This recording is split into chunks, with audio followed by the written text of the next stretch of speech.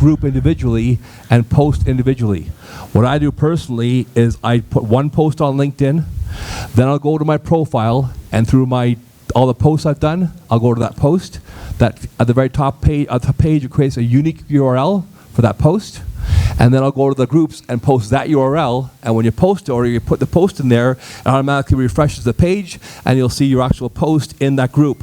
That way, when you do it, people are going back to that one individual post for comments and likes, as opposed to going to, 8 zillion different separate posts that have the same content. That one post gets all the traction on LinkedIn. Make sense? I'll explain to you afterwards, Alan, during the lunch break. Do me a favor. If you have a question for us that you're not getting answered during the presentation, write it down in the back of your manual and ask at the very end. We'll go over it in detail, all right? Go ahead. Right, and we'll come around and talk to you and help you figure it out on your computer. So let's talk about your visibility on LinkedIn. Now, there's a way that you can actually really craft how you are seen and what exactly gets seen in your profile by other people. There's lots of decisions for you to make here. You go into the screen that says Edit Visibility, and you can decide if people can see your profile. Why on earth would you turn that off? I don't know.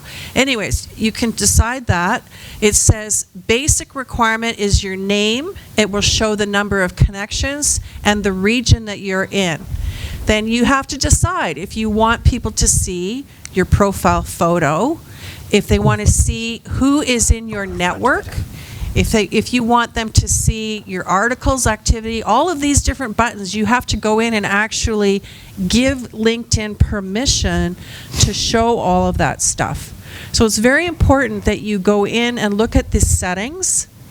Under your profile, it says Settings and Privacy, and this is where you make those choices and decisions about what people can see. So to get there, what you do on the top right-hand side icon that says Me, that has your little picture of your head, click on the drop-down menu.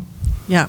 There it is right there. So View Profile, so the little Me button, so it's right at the top right-hand corner. It says Me there with a little drop-down menu. Then you'll see Settings and Privacy. You can click on that.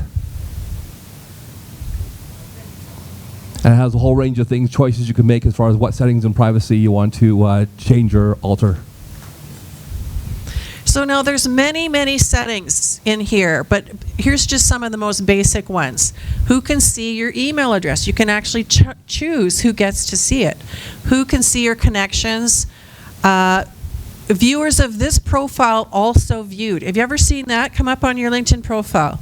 People who looked at you also looked at these other people, and you think, well, why on earth do I care? And my recommendation is turn that off. Unless you want to, in a company, and I'll tell you why in a second, unless you're in a company where you want to see people to see other people in your company.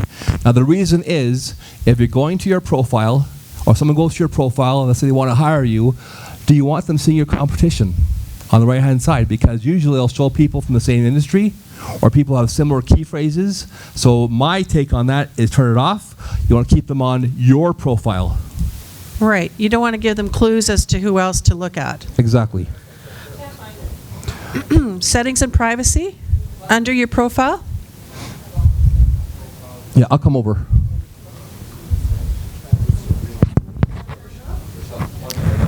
Who can see your other people? Sorry, what did you say?